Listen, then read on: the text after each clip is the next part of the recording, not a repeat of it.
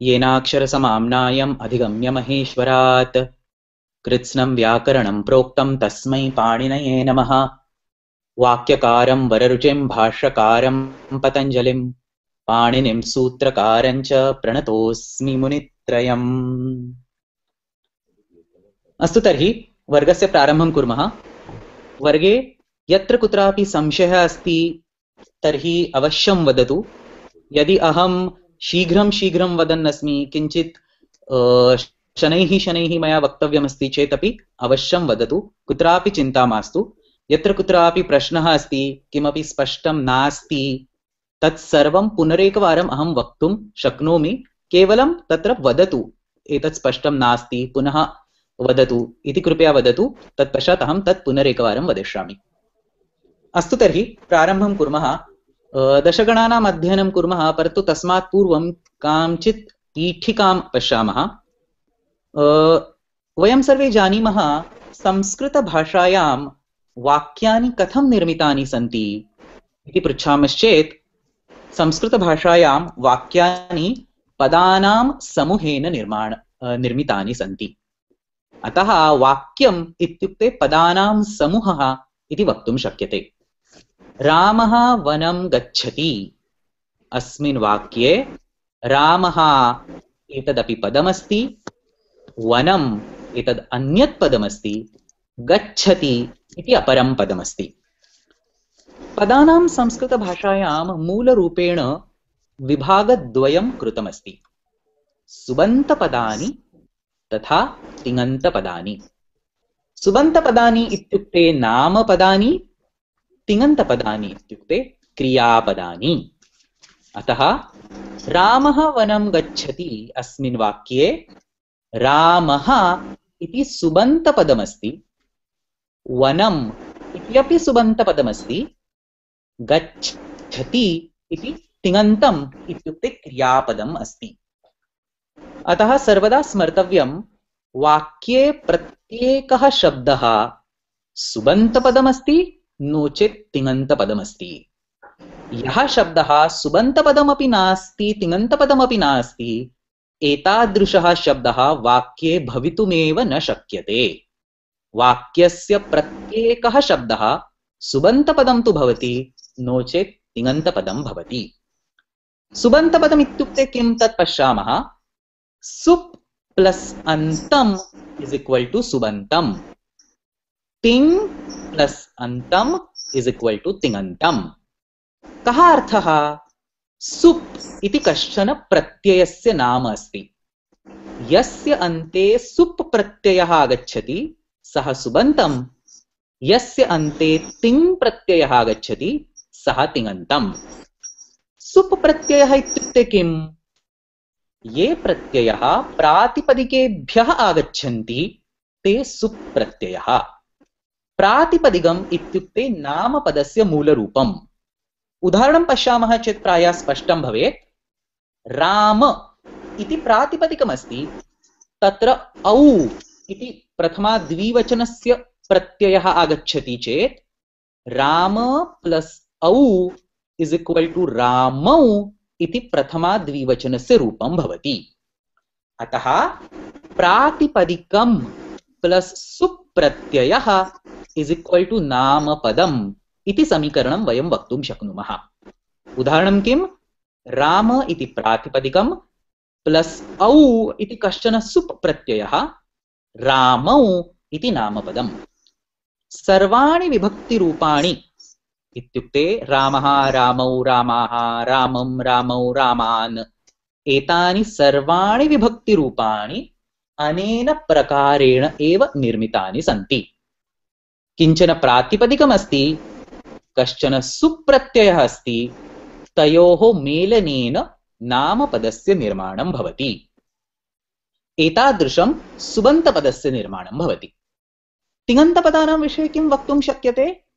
ये प्रत्ययः धातुभ्यः आगच्छन्ति ते तिङ् प्रत्ययः। अतः तिङन्तशब्दानां विषये अपि तादृशं समीकरणं लेखितुं शक्यते। धातु प्लस् तिङ् प्रत्ययः इस् इक्वल् टु क्रियापदम्। पश्यतु, प्रातिपदिकं प्लस् सुप् प्रत्ययः इस् इक्वल् टु नामपदम्, धातु प्लस तिङ् प्रत्ययः इज इक्वल टू क्रियापदम्। यथा अस् वयं सर्वे जानीमः धातु अस्ति, ति इति तिङ् प्रत्ययः अस्ति, ति तहान्ति एते सर्वे तिङ् प्रत्ययाः सन्ति। अस् प्लस ति इज इक्वल टू अस्ति इति तिङन्तपदस्य निर्माणं भवति। अस्मिन् वर्गे वयं धातुगणानां विषये अधिकं पश्यामः, अतः सुप् प्रत्ययानां विषये अत्र चर्चा न भविष्यति। अग्रे गत्वा अस्मिन् वर्गे वयं तिङ् प्रत्ययानां विषये विस्तारेण चर्चां कुर्मः। अतः किं समीकरणं वयं स्वीकृत्य अग्रे गच्छामः? धातु प्लस तिङ् प्रत्ययः इज इक्वल टू क्रियापदम्। एतत् समीकरणं स्वीकृत्य वयम् अग्रे गच्छामः। एतावत् यावत् संशयाः सन्ति चेत् कृपया पृच्छन्तु, नो चेत् अग्रे गच्छामः। How to arrive this soup? क्षम्यतां, किं पृष्टवान्? उच्चैः वदतु कृपया। How to arrive the soup ante how to arrive the soup ante किम्? सुप् इत्युक्ते किम्? सुप् इत्युक्ते प्रत्ययानां समूहः, येषां प्रत्ययानां योजनेन रामः, रामौ, रामः इति सर्वाणि रूपाणि भवन्ति।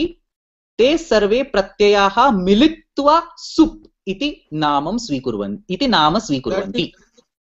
That is okay, but what is su and what is ip? How they are? So यथा भवतः नाम शङ्कर अस्ति, वाट् इस् श, वाट् इस् क, वाट् इस् र, अस्य उत्तरं दातुं शक्यते वा? न शक्यते। सुप् इति नाम अस्ति प्रत्ययानां समूहस्य। So how is it derived? It is a list of pratyayas. It is a short form for that list. वयं किं कुर्मः? सा आवली अस्ति। So there is this list.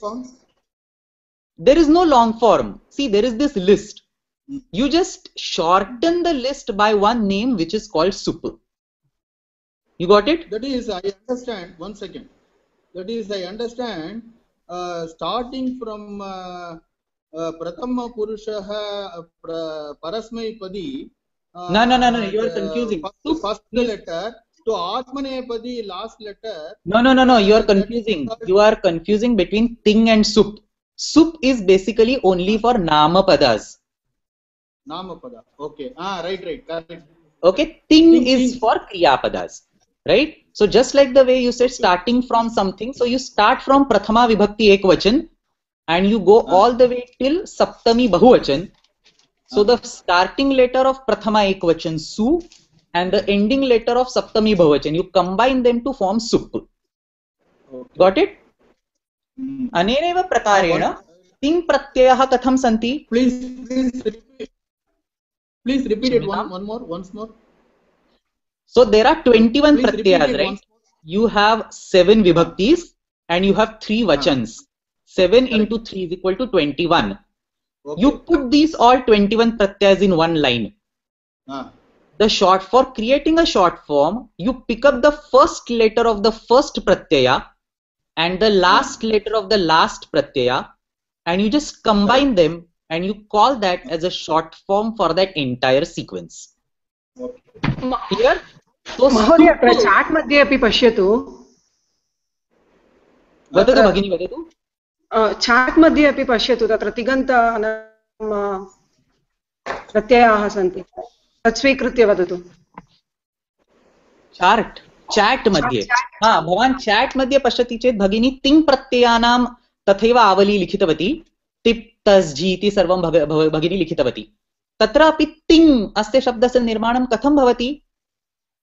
तिप् इति प्रथमः प्रत्ययः, तस्य प्रथमं वर्णं ति, अनन्तरं तिप्तझि सिप्तस्थ मिप्वस्मस् त आतां च था साथां ध्वम् इट् वहि महिङ्। अन्तिम प्रत्ययः महिङ्, तस्य अन्तिम वर्णं ङ, एतयोः मेलनेन तिङ् इति रूपस्य इति नामपदस्य निर्माणं भवति, इति नाम्नः निर्माणं भवति। ज्ञातवान्? So sup and ting are effectively short forms for a group of pratyayas. अग्रे गच्छामः। अस्तु, तर्हि धातु प्लस तिङ् प्रत्ययः इज इक्वल टू क्रियापदम् इति वयं दृष्टवन्तः। धातूनां विषये किञ्चित् अग्रे पश्यामः। वयं सर्वे जानीमः धातु इत्युक्ते क्रियापदस्य मूलरूपं यथा खाद पठ लभ वन्द एते सर्वे धातवः सन्ति। संस्कृतभाषायां प्रायः 2000 धातवः 2000 प्रायः 2000 धातवः सन्ति।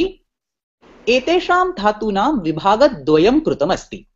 परस्मैपदिनः धातवः इत्युक्ते पठति खादति गच्छति एते सर्वे, नो चेत् आत्मनेपदिनः धातुनः यथा लभते वन्दते डयते एते सर्वे आत्मनेपदिनः धातवः। केचन धातवः उभयोः पदयोः प्रयुज्यन्ते, ते उभयपदिनः धातवः। इत्युक्ते क्रू धातुं स्वीकुर्मः चेत् क्रू धातोः परस्मैपदस्य अपि रूपाणि भवन्ति।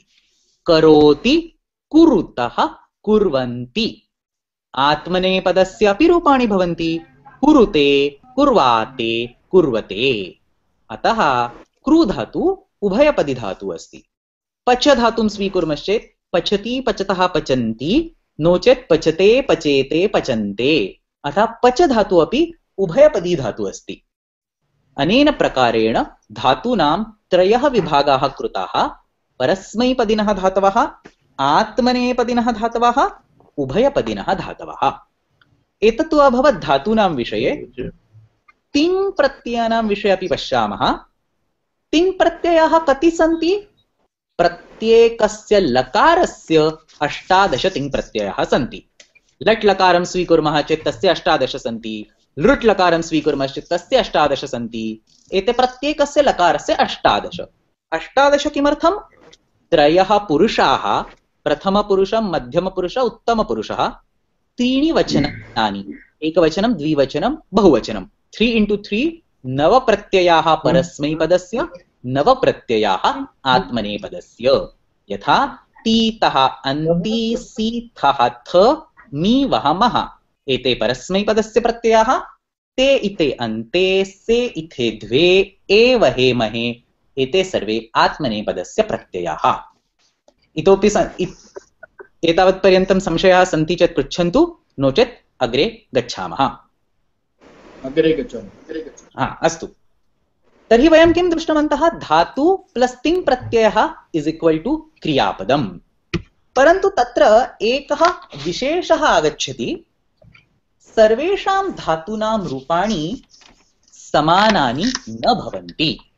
उदाहरणं पश्यामः चेत् पठ धातोः भवति पठति, परन्तु क्री धातोः क्रीति इति न भवति, क्रीणाति। कुतस्मात् णा इति आगच्छति। अनन्तरम् अस धातोः भवति अस्ति, दा धातोः भवति ददाति, नृत् धातोः यकारः आगच्छति नृत्यति, आप धातोः नो आगच्छति आप्नोति।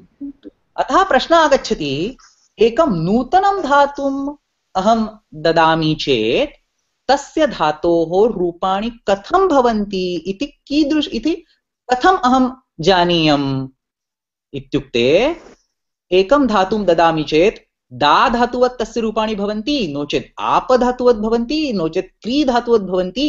एतद् अहं कथं जानामि इति प्रश्नः आगच्छति। तस्य उत्तरं ज्ञातुं गणविकरणानां ज्ञानम् आवश्यकमस्ति। अतः वयं पूर्वं किं दृष्टवन्तः? धातु प्लस् तिङ् प्रत्ययः इस् इक्वल् टु क्रियापदम्। परन्तु सम्यक् रूपेण पश्यामः चेत् तत्र अन्यः अपि एकः प्रत्ययः आगच्छति। धातु प्लस् विकरणप्रत्ययः प्लस् तिङ् प्रत्ययः इस् इक्वल् टु क्रियापदम्। एषः विकरणप्रत्ययः यः अस्ति, तेन कारणेन भिन्नानां धातूनां रूपाणि भिद्यन्ते। अतः भिन्नानां धातूनां विकरणप्रत्ययः भिद्यन्ते, अतः रूपाणि भिद्यन्ते। येषां विकरणप्रत्ययाः समानाः सन्ति, तेषां रूपाणि अपि समानानि भवन्ति। अतः दशगणानाम् अध्ययने अस्य विकरणप्रत्ययस्य ज्ञानं बहु आवश्यकमस्ति। भिन्नाः विकरणप्रत्ययाः भिन्नानि रूपाणि कारयन्ति। अतः विकरणप्रत्ययानां विषये किञ्चित् अधिकं पश्यामः। संस्कृतभाषायां 10 विकरणप्रत्ययाः सन्ति। अतः धातूनाम् अपि 10 गणाः कृताः सन्ति। प्रत्येकस्य गणस्य एकः विकरणप्रत्ययः अस्ति।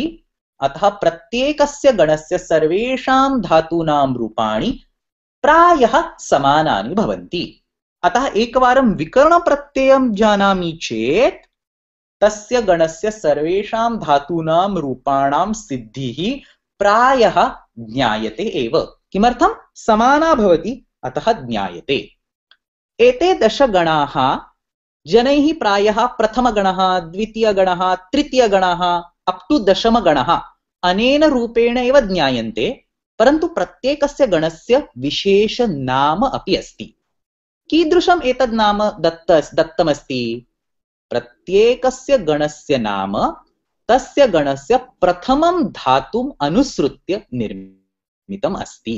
उदाहरणं पश्यामः चेत् प्रथमगणस्य प्रथमः धातुः भू, अतः प्रथमगणस्य नाम अस्ति भ्वादिगणः। अष्टमगणस्य प्रथमः धातुः अस्ति तन्, अतः अष्टमगणस्य नाम अस्ति तनादिगणः। आदयः सर्वेषां गणानां नामानि तेषां प्रथमधातुम् अनुसृत्य निर्मितानि सन्ति। धातुपाठः समीपे अस्ति चेत् अनन्तरम् उद्घाट्य पश्यन्तु प्रत्येकस्य गणस्य नाम किमस्ति। अनन्तरं पश्यामः पीपीटी मध्ये अपि प्रत्येकस्मिन् गणे के धातवः सन्ति, तत् अनन्तरं धातुपाठम् उद्घाट्य पश्यन्तु। अतः अस्मिन् वर्गे वयं किं कुर्मः? प्रत्येकस्य गणस्य विस्तारेण अध्ययनं कुर्मः। परन्तु एतेषां गणानां वयं प्रथम, द्वितीय, तृतीय अनेन क्रमेण अध्ययनं न कुर्मः। किमर्थं न कुर्मः? केचन गणाः बहु महत्त्वपूर्णाः सन्ति, केचन गणाः तादृशमहत्त्वपूर्णाः न सन्ति। अतः ये गणाः महत्त्वपूर्णाः सन्ति तेषां प्रथमम् अध्ययनं कुर्मः, अनन्तरम् अन्येषां धातूनाम्, अन्येषां गणानाम् अध्ययनं कुर्मः। एतावत् यावत् संशयाः सन्ति वा अग्रे गच्छामः?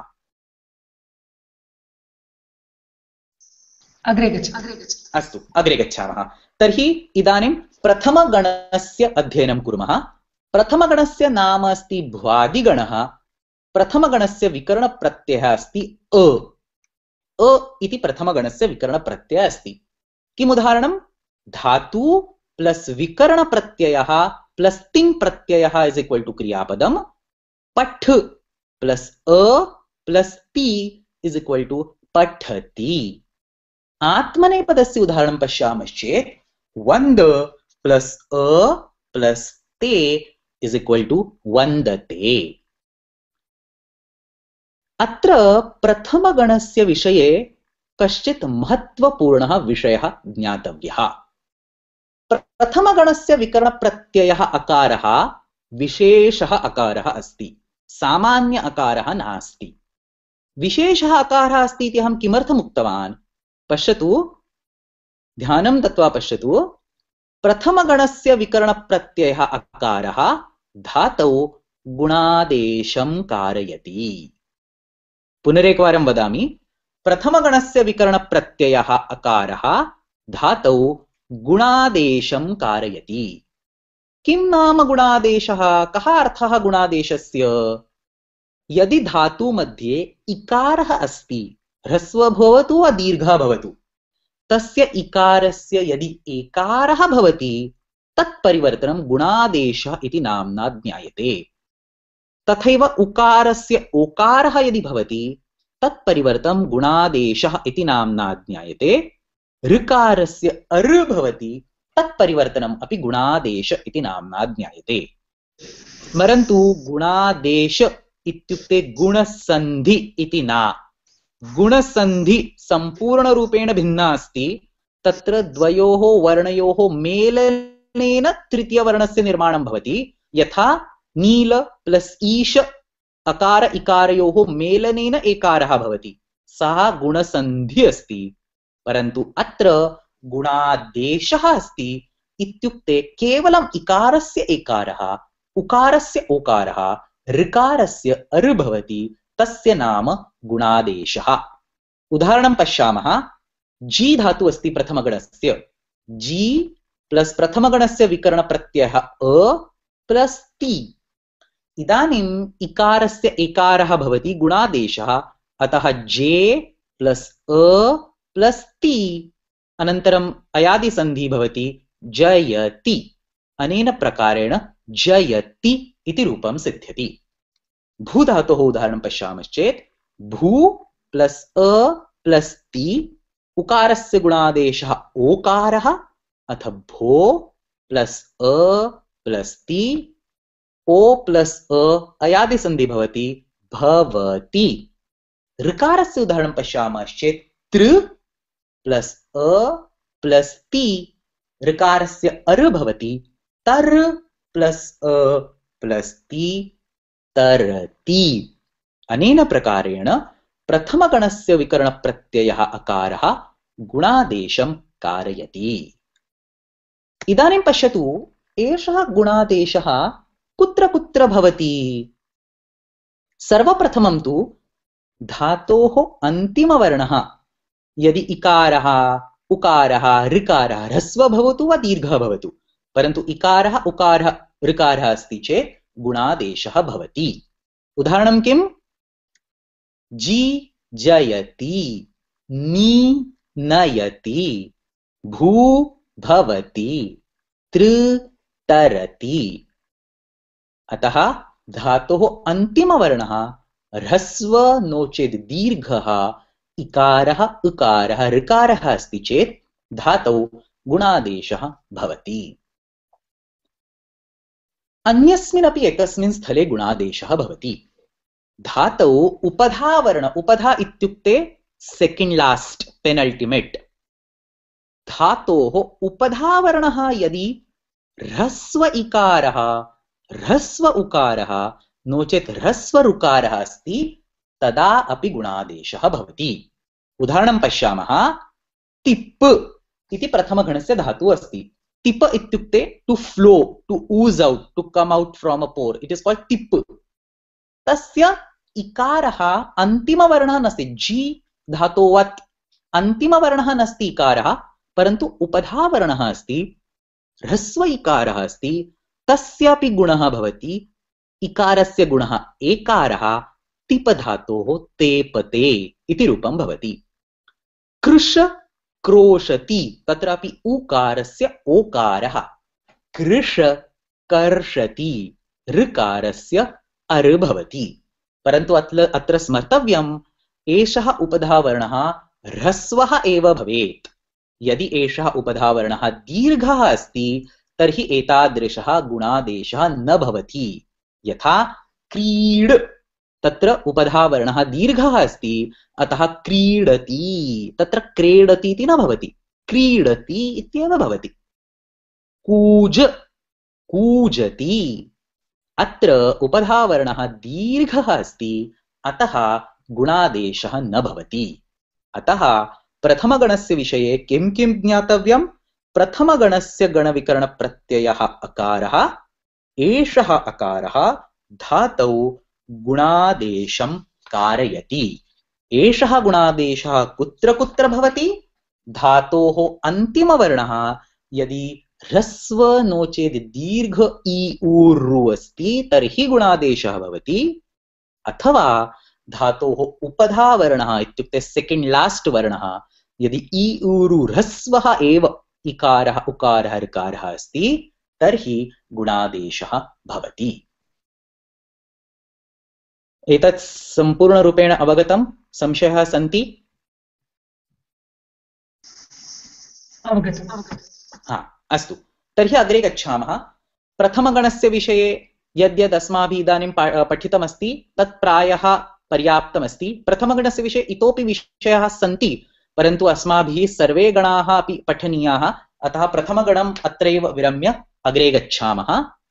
अनन्तरं पश्यामः षष्ठः गणः, सिक्स्थ गण। षष्ठगणस्य नाम अस्ति तुदादिगणः। किमर्थं तुदादिगणः? तस्य गणस्य प्रथमः धातुः अस्ति तुद, तुद व्यथने, तुद धातु प्रथमः धातुः अस्य गणस्य, अतः अस्य गणस्य नाम तुदादिगणः। अस्य गणस्य अपि विकरणप्रत्ययः अकारः एव अस्ति। प्रथमगणस्य विकरणप्रत्ययापि अकारः अस्ति, षष्ठगणस्य विकरणप्रत्ययापि अकारः अस्ति। अतः तत्र सामान्यरूपेण प्रश्नः आगच्छति, द्वौ गणौ किमर्थं कृतौ? सर्वे धातवः प्रथमगणे एव स्थापयन्तु। किमर्थं स्थापयन्तु? तस्य विकरणप्रत्ययापि अकारः अस्ति। परन्तु तत्र सूक्ष्मः भेदः अस्ति। कः सः भेदः? षष्ठगणस्य विकरणप्रत्ययः अकारः धातौ गुणादेशं न कारयति। पश्यन्तु, प्रथमगणस्य विकरणप्रत्ययः धातौ गुणादेशं कारयति, षष्ठगणस्य विकरणप्रत्ययः धातौ गुणादेशं न कारयति। उदाहरणं पश्यामः चेत् स्पष्टं भवेत्। लिख इति षष्ठगणस्य धातुः अस्ति। अत्रापि उपान्त्यस्थाने स्थाने ह्रस्व इकारः अस्ति, परन्तु षष्ठमगणस्य धातुः अस्ति, अतः षष्ठमगणस्य विकरणप्रत्ययः आगच्छति, सः अकारः गुणादेशं न कारयति, अतः लिख प्लस अ प्लस ति लिखति इति रूपं भवति। यदि एषः धातुः प्रथमगणस्य अभविष्यत् तर्हि किम् अभविष्यत्?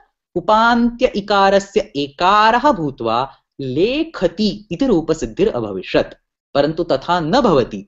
लिख प्लस अ प्लस ति लिखति इति भवति। किमर्थम्? एषः धातुः षष्ठगणस्य धातुः अस्ति। अतः अन्यद् उदाहरणं पश्यामः। तुद् प्लस अ प्लस ति तुदति। तुद इत्युक्ते to trouble, to irritate somebody. तुद प्लस अ प्लस ति तुदति। तत्रापि उकारस्य ओकारः न भवति। तुदति इत्युक्ते तुदति एव तिष्ठति। किमर्थं तिष्ठति? षष्ठमगणस्य विकरणप्रत्ययः धातौ गुणादेशं न कारयति। क्षिप प्लस अ प्लस ति क्षिपति। अत्रापि इकारस्य उकारः न भवति। अतः षष्ठगणस्य धातु विकरणप्रत्ययः अपि अकारः अस्ति, परन्तु एषः अकारः गुणादेशं न कारयति। षष्ठमगणस्य अन्यापि केचन विशेषाः सन्ति, एतदपि ज्ञातव्यं, परन्तु तेषां विषये अत्र न पश्यामः। किमर्थं न पश्यामः? प्रमुखः यः भेदः अस्ति गुणादेशस्य विषये तदस्माभिः सम्यक् दृष्टः अस्ति। अतः अग्रे गच्छामः। इतोपि इच्छन्ति चेत् अनन्तरम् ईमेल रूपेण अहं स्पष्टीकरिष्यामि, परन्तु अत्र अस्मिन् वर्गे एषः एकः प्रमुखः भेदः सम्यक् रूपेण ज्ञायते चेत् पर्याप्तम्। कः भेदः?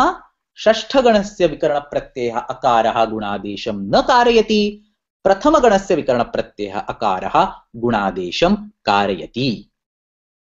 अग्रे गच्छामः। चतुर्थगणस्य विषये पश्यामः। दशमगणस्य विषये प्रथमं पश्यामः। अस्तु, चिन्ता मास्तु।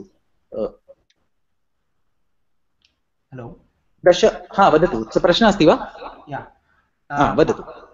How do we determine that given li or bhu, lik or bhu, how to determine whether it's first gana or sixth gana?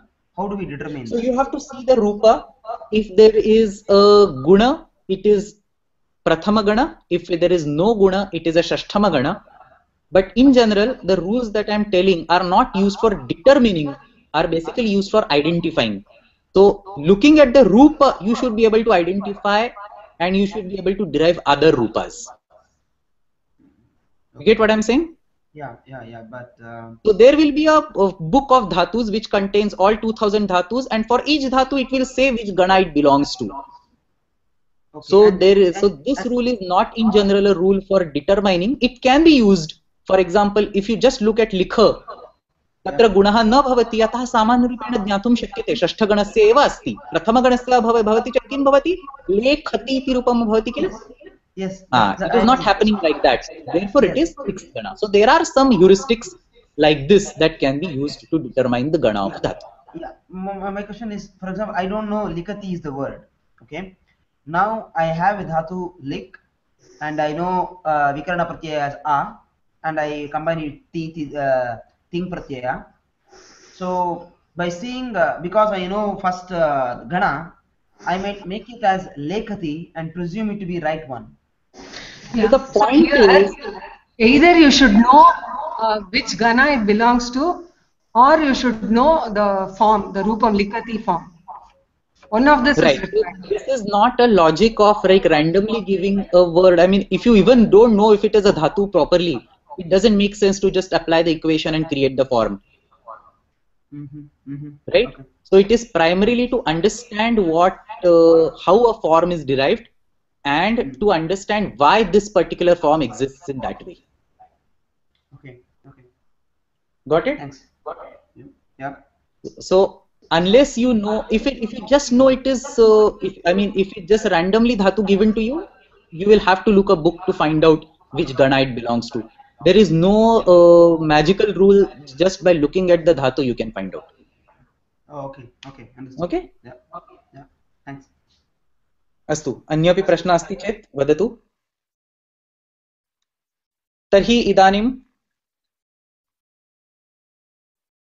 दशमगणस्य विषये पश्यामः। दशमगणस्य नाम चुरादिगणः। किमर्थं? प्रथमः धातुः चुरस्तेये, टु स्टील् इति प्रथमः धातुः। अस्य गणस्य विकरणप्रत्ययः अस्ति अय। उदाहरणं पश्यामः। कथ प्लस् अय प्लस् ति कथयति। अत्र पश्यतु, अय इति सम्पूर्णम् अस्ति। य इस् नाट् हाफ्, य इस् फुल्। इट् इस् कथ प्लस् अय प्लस् ति कथयति। अत्र कः विशेषः? दशमगणस्य अय प्रत्ययः अपि धातौ गुणादेशं कारयति। So it is kind of similar to first gana because it will do a gunadesh in the dhatu. Let's see the example. तत्पूर्वं गुणादेशे इत्युक्ते अन्तिमवर्णः इकारः, इकारस्य एकारः, उकारस्य ओकारः, ऋकारस्य अर, उपधायामपि ह्रस्ववर्णस्य इकारस्य एकारः, उकारस्य ओकारः, ऋकारस्य अर इति गुणादेशः नाम्ना ज्ञायते। विद् इति धातुः अस्ति चेत् विद् प्लस् अय प्लस् ते गुणादेशः वेद प्लस् अय प्लस् ते वेदयते। चुर् इति अन्यद् उदाहरणं पश्यामः। चुर् प्लस् अय प्लस् ति उकारस्य ओकारः, चोर प्लस् अय प्लस् ति चोरयति। एतादृशं दशमगणस्य विकरणप्रत्ययः अपि धातौ गुणादेशं कारयति। अतः वयं किं दृष्टवन्तः? प्रथमगणस्य अकारः गुणादेशं कारयति, षष्ठगणस्य अकारः गुणादेशं न कारयति, दशमगणस्य अय प्रत्ययः गुणादेशं कारयति। चुर चोरयति, विद वेदयते। अग्रे गच्छामः। चतुर्थगणस्य विषये पश्यामः। चतुर्थगणस्य नाम अस्ति दिवादिगणः। किमर्थं? प्रथमः धातुः अस्ति दिव, अतः दिवादिगणः। तस्य विकरणप्रत्ययः अस्ति यकारः। गुणादेशस्य विषये वदामश्चेत् चतुर्थगणस्य विकरणप्रत्ययः यकारः गुणादेशं न कारयति। नृत् प्लस् य प्लस् ति नृत्यति। ऋकारस्य अर् इति न भवति, नृत्यति। युध् प्लस् य प्लस् ते युध्यते। क्षिप् प्लस् य प्लस् ति क्षिप्यति। खिद् प्लस् य प्लस् ते खिद्यते। अतः नृत्यति, युध्यते एतानि सर्वाणि मन्यते एतानि सर्वाणि रूपाणि यानि वयं पश्यामः तानि सर्वाणि चतुर्थगणस्य रूपाणि सन्ति। तत्र य इति विकरणप्रत्ययः अस्ति, सः विकरणप्रत्ययः गुणादेशं न कारयति। अतः वयं किं दृष्टवन्तः? 1 4 6 10 प्रथमः चतुर्थः षष्ठः दशमः चत्वारः गणाः वयं गणाः अस्माभिः दृष्टाः। तत्र प्रथमगणस्य विकरणप्रत्ययः गुणादेशं कारयति, दशमगणस्य विकरणप्रत्ययः गुणादेशं कारयति, चतुर्थ-षष्ठ-गणयोः विकरणप्रत्ययौ गुणादेशं न कारयतः। अतः संक्षेपरूपेण पश्यामः चेत्, पश्यन्तु, I'll give you 1 minute to look at the table. ध्वादिगणः दिवादिगणः तुदादिगणः चुरादिगणः अप्रोक्सिमेट् धातु संख्या अपि तत्र दत्ता अस्ति। स्मरन्तु 2000 धातूस् आहत्य 2000 धातवः, तेषु 1000 धातवः भ्वादिगणे सन्ति, 50-100 धातवः तुदादिगणे तथा दिवादिगणे, 500 धातवः चुरादिगणे। प्रत्येकस्य विकरणप्रत्ययापि मया दत्तः अस्ति। तत्र गुणादेशः भवति वा न भवति तदपि दत्तमस्ति, उदाहरणमपि दत्तमस्ति। अहम् एकं निमिषं ददामि, सम्यक् रूपेण चार्ट् पश्यतु।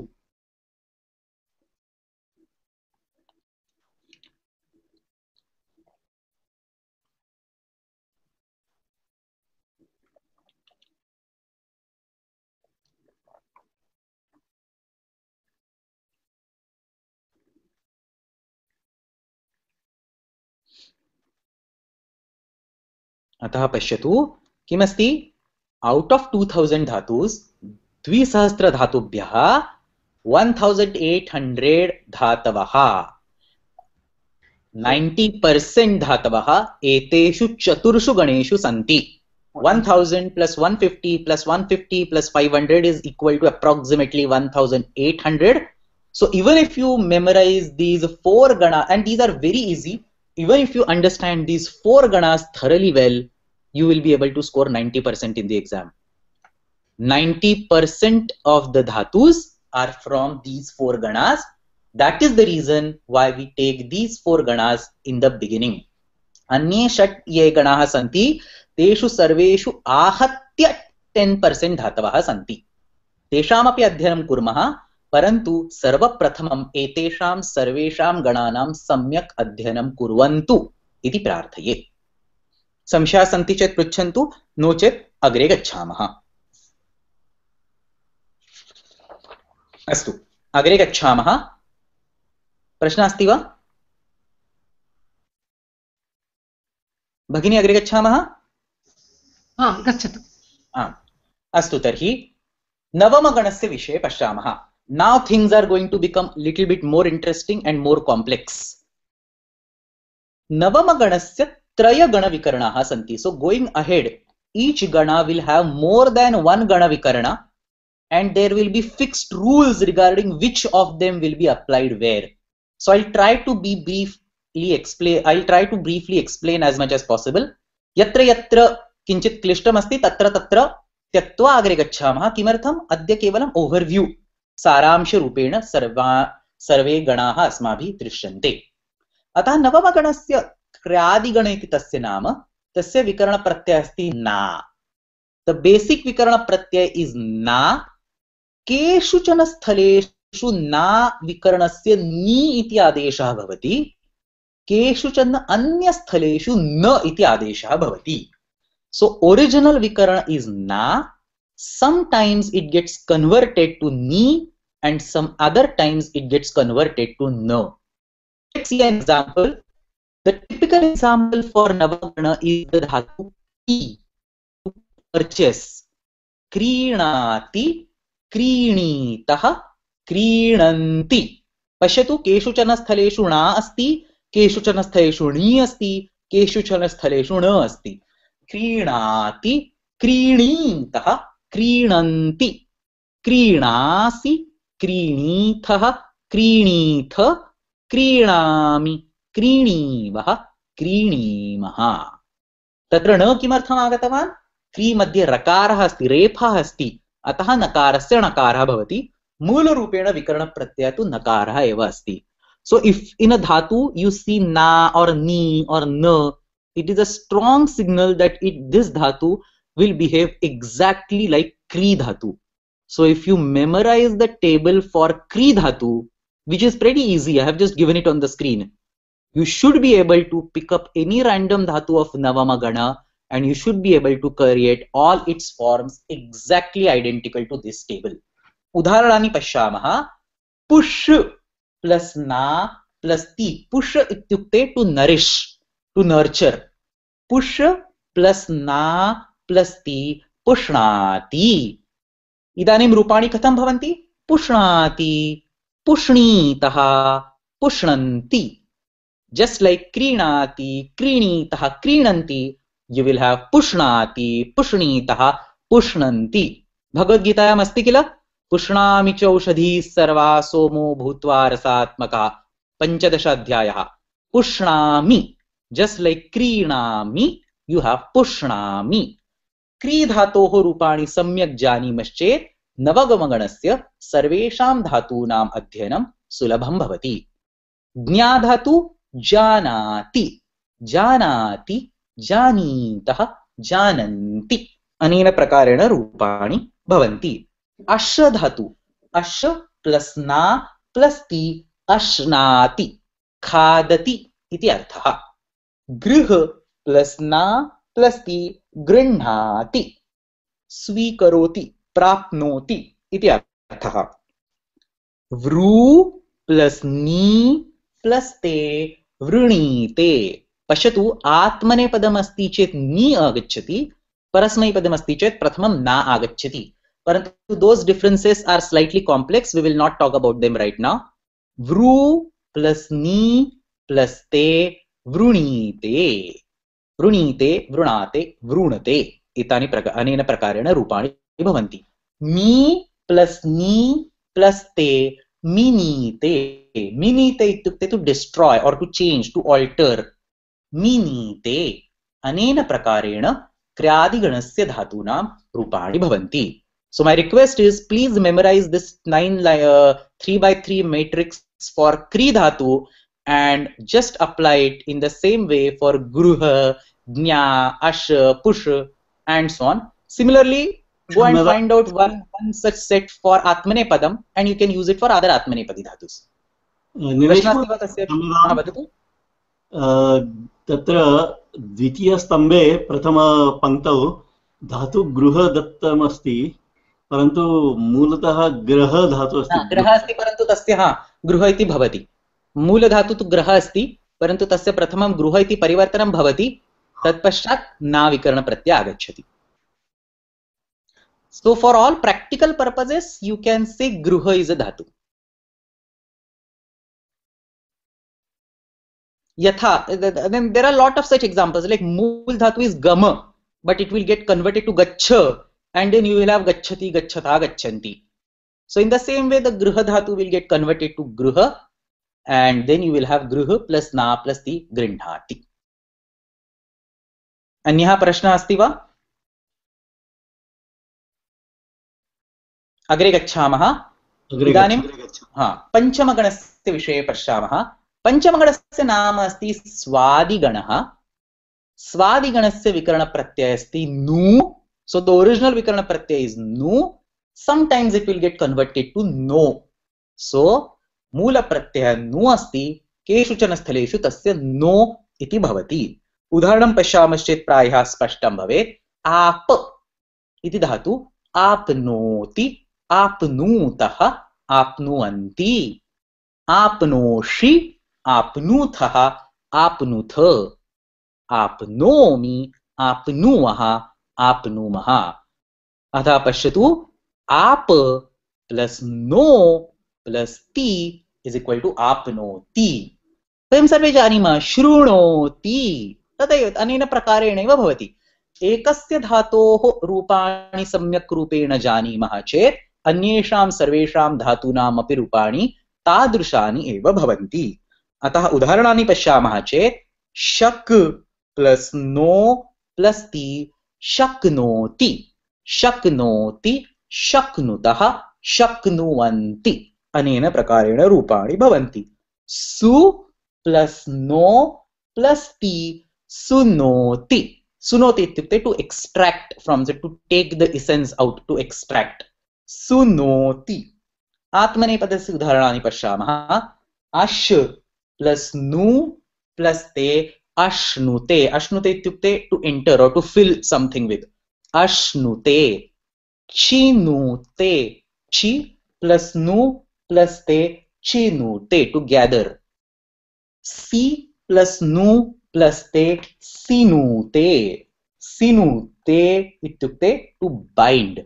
सो चिनुते, सिनुते, अश्नुते, चिनुते, चिन्वाते, चिन्वते, सिनुते, सिन्वाते, सिन्वते एतानि अनेन प्रकारेण रूपाणि भवन्ति. So just remember one chart for Parasmaipada, one chart for Atmanepada, and all these complex dhatus. In all your beginner classes, your teachers must have told you these are special cases.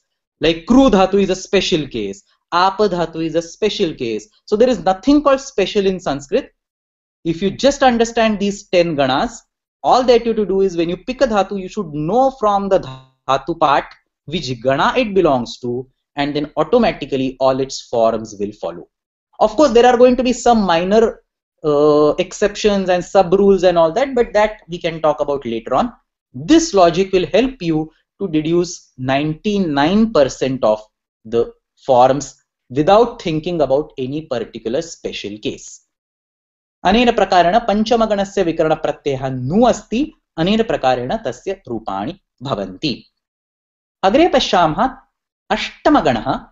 अष्टमगणस्य धातु प्रथमः धातुः तन्, तनुविस्तारे, to expand. अतः अस्य धातुः नाम तनादिगणः. अस्य विकरणप्रत्ययः उ. Sometimes it gets converted to ओ. उदाहरणं पश्यामः. तन धातुं स्वीकृत्य एव उदाहरणं पश्यामः. तनोति, तनुतः, तन्वन्ति, तनोषि, तनुथः, तनुथ, तनोमि, तनुमः, तनुमः. So sometimes there is an O, sometimes there is an U. Now there is one very important thing to remember over here. अत्र विकरणप्रत्ययः नो इति नास्ति. पश्यतु, धातु मध्ये किं दृश्यते? तनोति. परंतु तत्र विकरणप्रत्ययः नो इति नास्ति. विकरणप्रत्ययः उ अथवा ओ अस्ति. धातोः नकारः तत्र आगच्छति. मूलरूपेण धातु अस्ति तन्. So that nakara is in the dhatu, not in the vikarana. If you compare it with say sunute or apnoti, in those cases the nakara is with the vikarana pratyaya. In the current case, the nakara is with the dhatu. So with some other examples, praya spashtam bhavati. Kru plus o plus ti, karoti. Man plus u plus te, manute. Manute is to believe, to understand. Manute. Anena prakarena अष्टमगणस्य रूपाणि सिद्ध्यन्ति. एतावत् यावत् प्रश्नाः सन्ति वा?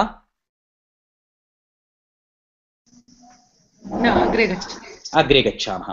तर्हि द्वितीयगणं पश्यामः. द्वितीयगणस्य नाम अदादिगणः. Very easy. विकरणप्रत्ययः नास्ति एव. किमपि नास्ति. अस् प्लस् ति इज इक्वल टू अस्ति. ब्रू प्लस् ते is equal to brute. Ya plus ti is equal to yati. Very simple. Yati, yatah, yanti. Yasi, yathah, yath. Yami, yavah, yamah. Very simple forms. Shas plus ti is equal to shasti. Sna, to take bath. Sna plus ti is equal to snati. Han plus ti is equal to hanti. Ad plus ti is equal to atti. As, to sit down. As plus te is equal to aste. So dvitiya gana is very easy. Dvitiya ganasya vikarana pratyayah eva nasti. Ataha सुलभ रूपेण प्रकारेण तस्य रूपाणि भवन्ति. केवलं धातुना सह तिङ् प्रत्ययस्य योजनं कृत्वा रूपसिद्धिः भवति. अग्रे गच्छामः. तृतीयगणस्य विषये पश्यामः. Now the complexity is increasing. तृतीयगणस्य नाम अस्ति जुहोत्यादिगणः. तृतीयगणस्य अपि विकरणप्रत्ययः नास्ति. द्वितीयगणस्य यथा विकरणप्रत्ययः नास्ति तथा तृतीयगणस्य अपि विकरणप्रत्ययः नास्ति. परन्तु तृतीयगणस्य विषये अन्यः अपि एकः विशेषः अस्ति. तृतीयगणे धातोः द्वित्वं भवति. द्वित्व इत्युक्ते रिपीटिशन. उदाहरणं पश्यामश्चेत् स्पष्टं भवेत्. दा, दादाणि, टू गिव. दा धातु तृतीयगणस्य धातु अस्ति. दा प्लस ति. पश्यतु, विकरणप्रत्ययः नास्ति. अतः यू जस्ट टेक द धातु, तत्पश्चात् तिङ् प्रत्ययः आगच्छति. दा प्लस ति. अस्याम् अवस्थायां द्वित्वं भवति. द्वित्वम् इत्युक्ते रिपीटिशन. दा प्लस दा प्लस ती। पश्यतु धातोः रिपिटिशन् भवति दा प्लस दा प्लस ती। अनन्तरं किञ्चित् अन्यत् परिवर्तनं भवति। कीदृशं परिवर्तनं भवति इदानीं न पश्यामः, परन्तु सामान्यं परिवर्तनं भवति। दा प्रथमः दा अस्ति, तस्य आकारस्य ह्रस्वः भवति, अतः द प्लस दा प्लस ती ददाति. So wherever you see a dhatu being repeated itself in a form, it is typically a tritiya gana. उदाहरणानि पश्यामः. भी बिभेति.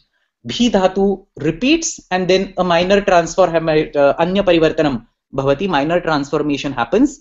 भी प्लस ती बिभेति. हु प्लस ती जुहोति.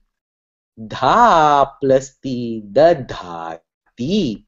हा प्लस ती जहाति. मी इत्युक्ते टु मेजर. मी प्लस ते मिमीते. अनेन प्रकारेण द्वित्वं भवति, तत्पश्चात् किञ्चित् लघु परिवर्तनं भवति, तत्पश्चात् रूपनिर्मितिः भवति.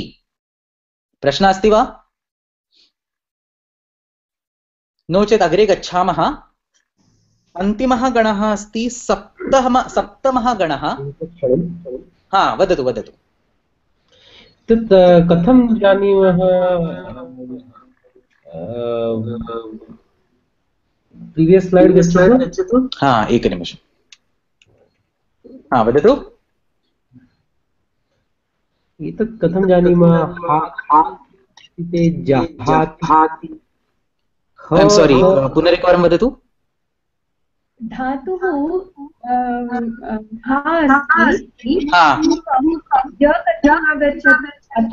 तत्र विशेष अन्यत्, there are like 3 or 4 rules, very clear rules are there. So if you want, I will tell you, but probably that might be out of scope of your syllabus. But for example, what happens is, if the dhatu, the letter that is getting repeated is the 4th letter of that line, like pa, pha, ba, bha, ma, or ka, kha, ga, gha, nga, then the repeated letter gets converted to the 3rd letter. You get what I'm saying? So there are fixed rules about that. So for example, you have bhi. क्षम्यतां, किम्? तृतीयस्तम्भः आगच्छति.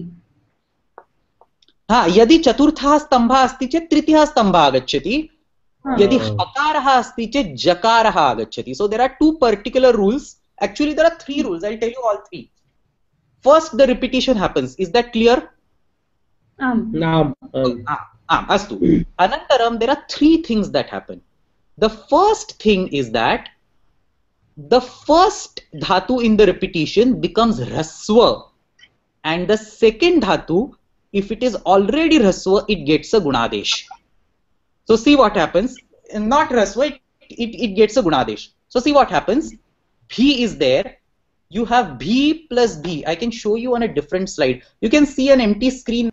Astu. Tarhi kim bhavati? First is the dvitvam bhavati. Dvitvam bhavati. Dvitiyam prathamaha dhatuhu hrasvaha bhavati. Varga द्वितीयः च भवति. द्वितीयः धातुः गुणादेश. द्वितीयः धातुः द्वितीये धातौ गुणादेशः भवति. ओके, सो भी इति उदाहरणमस्ति. भी plus T. You do a repetition, so bhi plus bhi plus t. So that's rule number 1, dvitvam bhavati. Rule number 2 says prathamaha dhatuhu hrasvaha bhavati. So instead of this dirgha bhi, you are going to create a hrasva bhi, and varga tritiyaha bhavati ityukte pa, pha, ba. So you are going to say b. The third rule says dvitiye dhatau Gunadesha bhavati. So what is a gunadesh? Ikarasya ekaraha. So bhi will become a bhe So bibheti. So it is like this that the form of bhi dhatu is created. Now let's see how is dadati formed. You have da plus ti, da dhatu plus ti. In the first step there will be dvitva, so da plus ti. In the second step, the prathama dhatu becomes rasva. It is already a varga tritiya, so there is no transformation. And dvitiya dhatu, da, you cannot have a gunadesh there, because gunadesh is only for e to a, u to o, and ru to ar. There is no gunadesh given for a. So da remains as it is. So dadati. Got it? Is this clear what I was talking? Yes, but Yeah, Right. Now regarding juhoti, the only fourth rule that I did not mention here is a very special case of ha. So prathamaha hakaraha jakaraha bhavati. That's the very special case of ha. Prathamaha hakaraha jakaraha bhavati. So we'll have hu plus t. So what will happen? I'll just erase this. Hu plus t. The original dhatu is hu. So you have hu plus t. Prathamaha dhatuhu rasvaha bhavati. So hu will become rasva. Ha doesn't come in any varga. So you cannot have a varga tritiya. Dvitiya dhatu gunadesha bhavati. So it will be hu, ho, ti. And finally, prathamaha hakaraha jakaraha bhavati. So ju, ho, ti. So these are the only four rules. In fact, in the second rule, when you say prathamaha dhatu rasva bhavati, varga tritiyaha bhavati, there is a simplification. Yadi varga chaturthaha asti, tada eva varga tritiya bhavati. If it is varga prathama or varga tritiya or varga panchama, there is no transformation. So you say varga chaturthaha asti, kshamyatam, asti chet varga tritiyaha bhavati. No chet na bhavati. So if you say this last example of mimite, you have mi plus te. Now mi is not varga chaturtha, it is varga panchama, so it does not become varga tritiya. So you just have mimite. There are some minor more rules, but we will not go in those details. I think whatever I have for now is sufficient enough. Is this clear?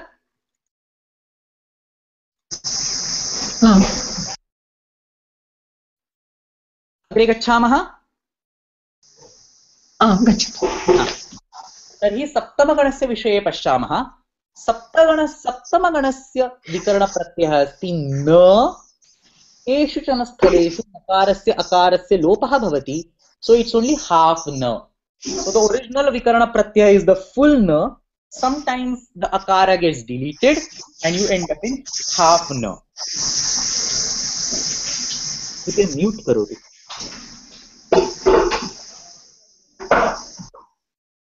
अस्तु, धन्यवादः.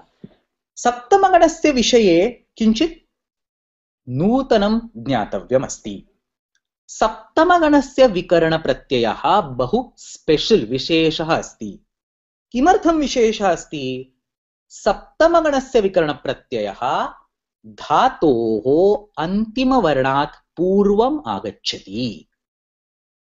उदाहरणं पश्यामः. भिद इति सप्तमगणस्य धातुः अस्ति. भिद plus न इति सप्तमगणस्य प्रत्ययः प्लस ति इति तिङ् प्रत्ययः. भिद प्लस न प्लस ति अस्याम् अवस्थायां सप्तमगणस्य विकरणप्रत्ययः धातोः अन्तिमवर्णात् पूर्वम् आगच्छति. So that nakara will not remain in its place, but it will go and place itself before the last letter of the dhatu. So the last letter of the dhatu is the. So nakaraha dakarat purvam gacchati. Bhi na d ti iti rupam bhavati. You combine, you do chartva bhinati. Dakarasya takarha chartvam bhinati. सो सप्तमगणः बहु विशेषः गणः अस्ति. तस्य गणस्य गणविकरणं धातोः अन्ते न आगच्छति, धातोः अन्तिमवर्णात् पूर्वम् आगच्छति. अतः भिनत्ति इति रूपं सिद्ध्यति. So while doing the forms of seventh gana, you should remember, you should not insert the gana vikaran at the end. You should locate the last letter. You should kick it out. Kick it out means just shift it, and you should insert the gana vikaranam in between. अन्यानि उदाहरणानि पश्यामश्चेत् स्पष्टं भवति. रुध plus न plus ti. Nakara will go before dhakara. Now because there is a ra, nakarasya nakarah bhavati. ऋणधि. छिद plus न plus ti छिनत्ति. भुज plus न plus ti भुनक्ति. Use plus न plus te युङ्क्ते. अनेन प्रकारेण सप्तमगणस्य रूपाणि सिद्ध्यन्ति. प्रश्नाः सन्ति वा? अत्र जकारस्य ककारः अपि भवति खलु? कुत्र? युज् जा एव अस्ति खलु, तत्र ककारः आगच्छति. हा, तत्र अन्यत् परिवर्तनं भवति. ककारः भवति. किमर्थं ककारः भवति? तत्र तकारः अस्ति, अतः तकारस्य उपस्थितौ चकारस्य ककारः भवति. यदा ककारः भवति तर्हि नकारस्य नकारः भवति. So there are going to be certain transformations, but these are specific to the dhatus that end in that letter. So it's specifically because yuja dhatu is atmanepadi, so we'll have these transformations. So for these special cases, we'll have to refer to the chart. But most of the other cases you should be able to just do by one basic example. अस्तु. तर्हि दशगणानां संक्षेपं पश्यामः. We started with भ्वादिगण. प्रथमः गणः भ्वादिगणः. तस्य विकरणप्रत्ययः अकारः. पठ plus अ प्लस ति पठति. वन्द क्षम्यताम्. वन्द प्लस अ प्लस ते वन्दते. द्वितीयः गणः अदादिगणः. तस्य विकरणप्रत्ययः नास्ति. अस प्लस नथिंग प्लस ति अस्ति. ब्रू प्लस नथिंग प्लस ति ते ब्रूते. जुहोत्यादिगणस्य द्वित्वं भवति. दा becomes ददाति. भी becomes बिभीते, नो चेत् बिभेति. दिवादिगणस्य विकरणप्रत्ययः य. नृत् प्लस य प्लस ति नृत्यति. युध प्लस य प्लस ते युध्यते. स्वादिगणस्य विकरणप्रत्ययः नु, नो चेत् नो. आप प्लस नो प्लस ति आपनोति. शक प्लस नु प्लस ते शक्नुते. षष्ठमगणः तुदादिगणः. तस्य विकरणप्रत्ययः अकारः, परन्तु एषः अकारः गुणं न कारयति. अतः लिख प्लस अ प्लस ति लिखति. मिल प्लस अ प्लस ते मिलते. सप्तमः रुधादिगणः. तस्य विकरणप्रत्ययः नकारः. सः नकारः धातोः अन्तिमवर्णात् पूर्वमागच्छति. छिद प्लस न प्लस ति छिनत्ति. युज प्लस न प्लस ते युङ्क्ते. अष्टमगणः तनादिगणः. उकारः नो चेत् ओकारः. तन प्लस ओ प्लस ति तनोति. वन प्लस उ प्लस ते वनुते. नवमगणः क्रियादिगणः. ना नी न एते विकरणप्रत्ययाः सन्ति. क्री प्लस ना प्लस ति क्रीणाति. धू प्लस नी प्लस ते धुनीते. कंपते इति अर्थः. धुनीते. दशमगणः चुरादिगणः. अय इति तस्य विकरणप्रत्ययः. कथ प्लस अय प्लस ति कथयति. गण प्लस अय प्लस ते गणयते. एतेषु दशसु गणेषु प्रश्नाः सन्ति वा अत्र? अस्तु, अग्रे गच्छामः. तर्हि एते दशगणाः एकेन श्लोकेन एकया कारिकया सम्यक् स्मरणे स्थापयितुं शक्नुमः. भ्वादि अदादि कंबाइन कृत्वा भ्वाद्यदादि जुहोत्यादिः दिवादिस्वादिरेव च tudadishcha rudhadishcha tanadi churadayah. So you repeat the shloka 10 times and probably you'll memorize it. Bhvadyadadi chuhotyadi divadisvadirevacha tudadishcha rudhadishcha tanadi churadayah. Anena prakarena dashagananam samyak smaranam bhavitum shakyate. So this is all summary of all the 10 ganas. There are a couple of important details that I have not taught, but this is more than enough for a beginner class of 10 ganas. And at the end, for some kind of revision or self-study, aham kinchit abhyasam api likhitvan. I will share these slides with Nivedita Bhagini after the class so that she can share with you all. Tatra ekadasha prashnaha santi. निम्नलिखितेषु गीताश्लोकेषु स्थितानां क्रियापदानां गणं निदर्शयत. So all these are Gita shlokas. There is the reference given in the bracket next to it. Your job is to look at the dhatu and find out which gana it belongs to. Each shloka can have one or more dhatus in it. So you have to be careful enough to identify all dhatus in that particular line, whatever is written on the screen, and tell what is the gana of each of those dhatus. So sidanti mamagatrani mukham cha parishushrati nainam chindanti shastrani nainam dahati pavakaha tatkim karmani ghore mam niyojayasi keshava yoginak karma kurvanti sangam tyaktvatma shuddhaye tasyaham nigraham manye vayoriva sudushkaram yanti devavrata devan pitrun yanti pitruvrataha tadaham bhaktyuparhutam ashnami prayatatmanah yad karoshi yadashnasi yad juhoshi dadasi tat. See, there are 4 dhatus in this line. Yad karoshi yadashnasi yad juhoshi dadasi yat vishanti nashaya samruddha vegaha te prapnuvanti mameva sarvabhutahite rataha. And the last one which I already taught, pushnami chaushadhi sarva somo bhutva rasatmakaha.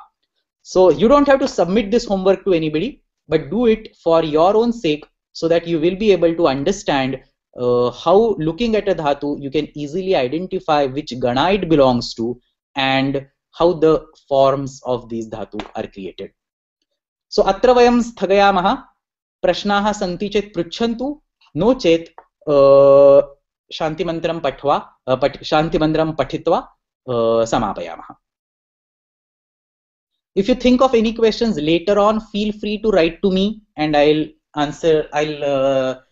write as detailed answer as I know. अस्तु तर्हि समापयामः वा? अस्तु, धन्यवादः महोदय. अस्तु, धन्यवादः.